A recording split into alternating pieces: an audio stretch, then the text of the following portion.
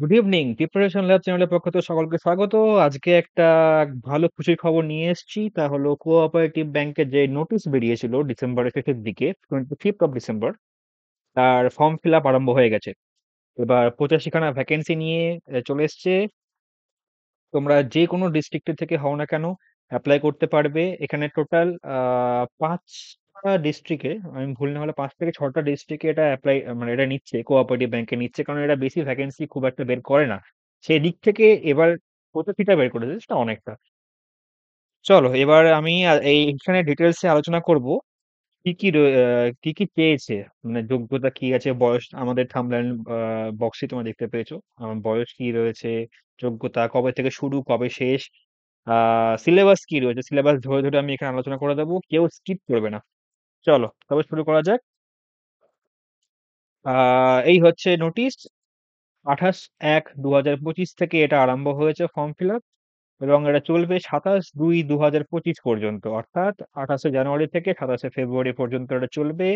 85 খানা ভ্যাকেন্সি রয়েছে total clerk ক্যাডারের পোস্টে, প্রত্যেকটা ক্লার্কিয়াল পোস্ট। আর এই হচ্ছে গভর্নমেন্টের ওয়েবসাইট, তোমরা দেখে নাও।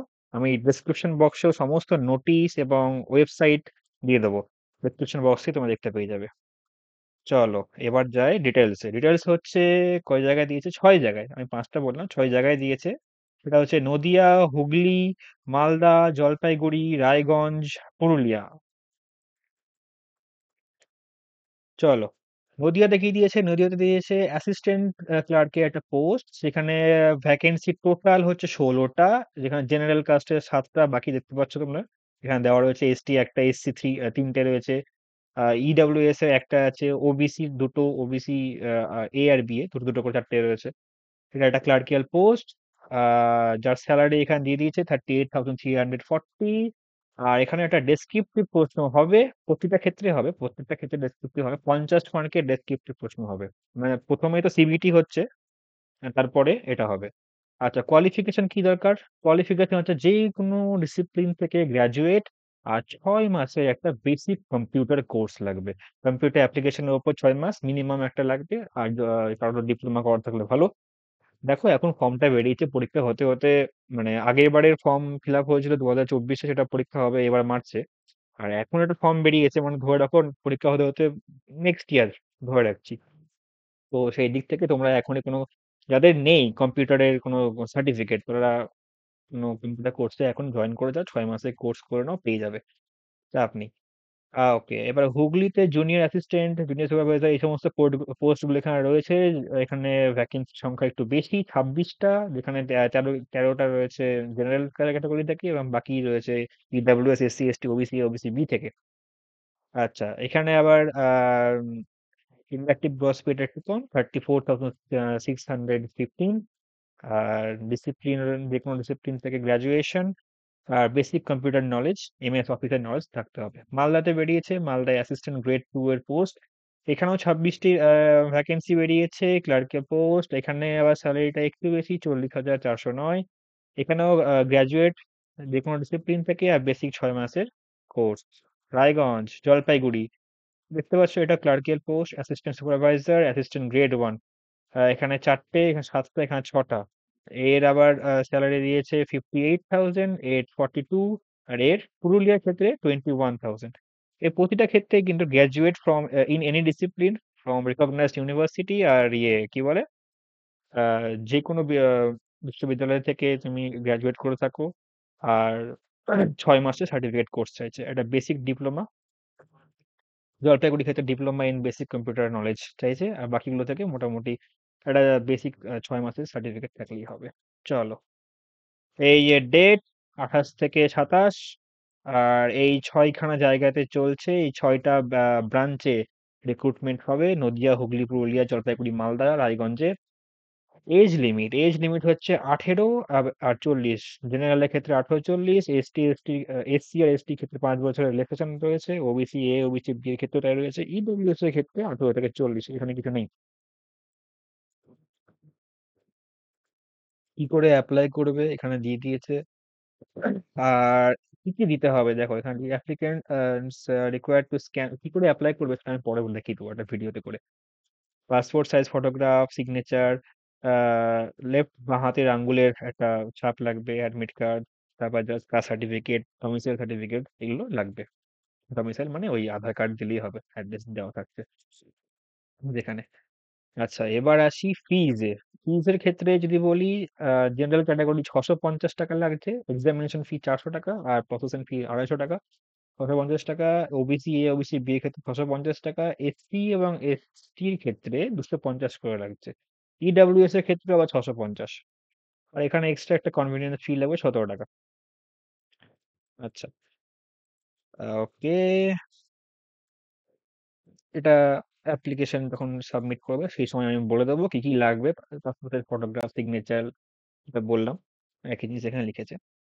আচ্ছা, হ্যাঁ, এখানে যেটা দিয়ে দিয়েছে, এক্সামিনেশন হবে online, computer based exam, CBT test হবে, যেখানে 85 নম্বরের এমসিকিউ থাকবে, আর 15 নম্বরের থাকবে হচ্ছে ইয়ে কি বলে, ইন্টারভিউ। 40 মার্কসের ইন্টারভিউ, আর 85 মার্কসের হবে সিবিটি টেস্ট। আর এই হচ্ছে তার syllabus: Bengali, English, mathematics, general knowledge, current affairs, আর ক্লারিক্যাল অ্যাপটিটিউড, ইংলিশ ভার্সন। এটা একটা রিজনিং এর মতোই বলতে পারো। রিজনিং এ যেমন ওই একটা ডিকোড মেথড থাকে বা কিছু ওই জাতীয় থাকে ক্লারিক্যাল ব্যাপারে। যেমন 4টে অপশন দিয়ে দিল, 4টে ক্লার্ক বানানো 4 রকম বানানো রয়েছে, এবার তোমার চুজ করতে হবে কোনটা ঠিক বা কোনটা ভুল, এরকম ধরনের কিছু।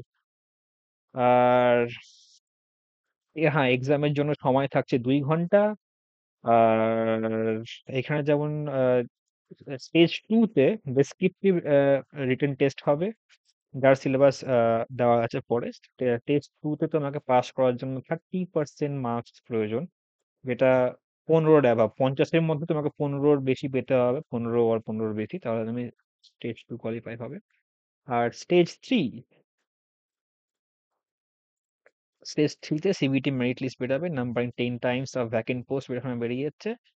চলো এবার নিচে যাই। এখানে এক্সাম হলে কি কি লাগবে: একটা অ্যাডমিট কার্ড যেটা তুমি পেয়ে যাচ্ছ, এখান থেকে পেয়ে যাবে। একটা আই কার্ড দিয়ে দেবে, নিয়ে নেবেন। আর হচ্ছে একটা বল পেন নিয়ে রাখবে, ওই অ্যাপটিটিউড আর এর ক্ষেত্রে কাজে লাগবে। চলো, এখানে হেল্প ডেস্ক নাম্বার দেওয়া রয়েছে। উইকডেজে তোমরা 10টা থেকে 5টার মধ্যে কন্ট্যাক্ট করতে পারো হেল্প ডেস্ক নাম্বারে। আর এই হচ্ছে তার অফিসিয়াল ওয়েবসাইট, যা আমি ডেসক্রিপশন বক্সেও মেনশন করে দিচ্ছি। আর এই পুরো পিডিএফটা, যে লিঙ্ক গুলো রয়েছে, আমি যেটা প্রথমে দেখালাম, আমি আরেকবার দেখিয়ে দিচ্ছি। এইটা হচ্ছে তার নোটিফিকেশন লিঙ্ক, এটা হচ্ছে অ্যাপ্লিকেশন লিঙ্ক, যারা যখন অ্যাপ্লাই করবে এই লিঙ্কের মাধ্যমে অ্যাপ্লাই করবে। আর যে নোটিফিকেশন লিঙ্ক গুলো দেখলে সেটা এখানে রয়েছে, এই যে নোটিফিকেশন। একটা সিবিটি এক্সাম সিলেবাস এখানে আছে, এটা আমি দেখাচ্ছি। ডেসক্রিপটিভ যে এক্সামটা হবে তার সিলেবাস এখানে দিয়ে দিয়েছে। আর এখানে ওই প্রথম যেটা আমি দেখালাম ওই নোটিশটা এখানে আছে। চলো, এই হচ্ছে সিলেবাস ডিটেলস। ইংলিশ, ইংলিশের ক্ষেত্রে দেখতে পাচ্ছ নাউন, প্রোনাউন, ভার্ব যা যা থাকে নর্মালি সেগুলোই রয়েছে। আর এক্সাম স্ট্যান্ডার্ড দেখে নাও, ক্লাস 10 স্ট্যান্ডার্ডের এখানে প্রশ্ন আসবে, খুব একটা টাফ আসবে না। ক্লাস 10 স্ট্যান্ডার্ড মানে ওই ক্লার্কশিপের স্ট্যান্ডার্ডের প্রশ্ন এখানে হবে। জেনারেল অ্যাওয়ারনেসে থাকছে history, geography, economy, agriculture, alert activities, West Bengal related. আর কারেন্ট অ্যাফেয়ার্স থাকবেই থাকবে। আচ্ছা, অ্যাপটিটিউড এখানে হচ্ছে, অ্যারিথমেটিক থাকছে, মেনস্ট্রুয়েশন এখানে থাকছে, অ্যারিথমেটিকের চ্যাপ্টার গুলো এখানে দেওয়া রয়েছে, দেখে নেবে। আচ্ছা, রিজনিং হচ্ছে ক্লারিক্যাল যে অ্যাপটিটিউড দেখলে, সেটা এখানে রিজনিং এর মধ্যেই ফেলে দিয়েছে। এখানে ডিটেলস দেওয়া রয়েছে, অ্যানালজি রয়েছে, ক্লাসিফিকেশন সিরিজ, কিউবস, ডাইস এর অঙ্কগুলো, নিউমেরিক্যাল অ্যাপটিটিউড কিছু রয়েছে। ঠিক আছে, আর শেষে হচ্ছে একটা যেহেতু আমরা সবাই ওয়েস্ট বেঙ্গল ক্যাডার থেকে রয়েছি, তো ওয়েস্ট বেঙ্গলের বাংলা জানতে হবে, সমাস, বিভক্তি, কারক, পদ, সন্ধি, বিচ্ছেদ, বাগধারা, গ্রন্থ, বিভিন্ন গ্রন্থ বা লেখকের নাম বলে দিতে পারে, তার জন্য এটা ইম্পর্টেন্ট। তো এই হলো আমাদের সিবিটি 1 তার সিলেবাস, এটা 85 মার্কসের থাকবে। আর যেখানে 1/4 নেগেটিভ মার্কিং রয়েছে, এটা আমি বলতে ভুলে গেছিলাম, 4টে ভুল করলে 1 নম্বর মাইনাস। আর এইখানে হচ্ছে ডেসক্রিপটিভ যে পেপারটা, তার ডিটেলস, যেখানে থাকবে 50 মার্ক, যা পাস করতে গেলে তোমাকে মিনিমাম 15 পেতে হবে। এখানে কি থাকছে, বাংলা টু ইংলিশ, মানে বাংলায় লেখা থাকবে, তোমাকে ইংলিশে ট্রান্সলেট করতে হবে, বা ইংলিশে লেখা থাকবে, তোমাকে বাংলায় ট্রান্সলেট করতে হবে। Official letter writing in English, আচ্ছা, প্রেসি রাইটিং থাকবে, ইমেল রাইটিং থাকবে, ক্লার্কাল পোস্টের জন্য যেগুলো যেগুলো মেইনলি ইম্পর্টেন্ট হয়ে থাকে, ইংলিশ কম্প্রিহেনশন এখানটা থাকবে, small paragraph writing in English, probably current affair, কোনো একটা কারেন্ট টপিক দিয়ে দিল যারাকে উপর ভিত্তি করে তোমাকে একটা প্যারাগ্রাফ লিখতে হবে। আচ্ছা, যেটা আমরা বাংলায় রচনা লিখতাম একই জিনিস, আমরা সেই সময় যখন থাকতাম বিভিন্ন ফুটবল বা বিশ্বকাপ থাকলে সেইগুলো রচনায় আসতো। তো এরকম ধরনের কিছু একটা কারেন্ট নিউজকে তুলে নিয়ে বলবে একটা প্যারাগ্রাফ লিখো এক পাতা। আর হচ্ছে MCQ on basic computer knowledge, Excel, Word, Microsoft Office এগুলোর উপর। আর কম্পিউটার কিবোর্ডের একটা স্পিড দেখে নেবে, ওরা এখানে মেনশন করেনি, তোমরা ধরে রাখো প্রায় 30টা ওয়ার্ড পার মিনিট, এই স্পিডে তোমরা যদি কাজ করতে পারো তাহলে খুব ভালো টাইপিং স্পিড। চলো, তো এইটাই হচ্ছে খুব ভালো একটা সুযোগ বেরিয়েছে, তোমরা প্রিপারেশন স্টার্ট করে দাও, যে যেখানেই আছো, যে কোনো ডিস্ট্রিক্ট থেকে অ্যাপ্লাই করতে পারো এই 5 জায়গাতে। এই 5 ডিস্ট্রিক্টের কোঅপারেটিভ ব্যাংকে রিক্রুটমেন্ট হচ্ছে, তোমার যে কোনো জায়গা থেকেই অ্যাপ্লাই করতে পারো। ওকে, ভালো লাগলে অবশ্যই লাইক করে দাও আর বন্ধুদের মধ্যে শেয়ার করে দাও। টাটা।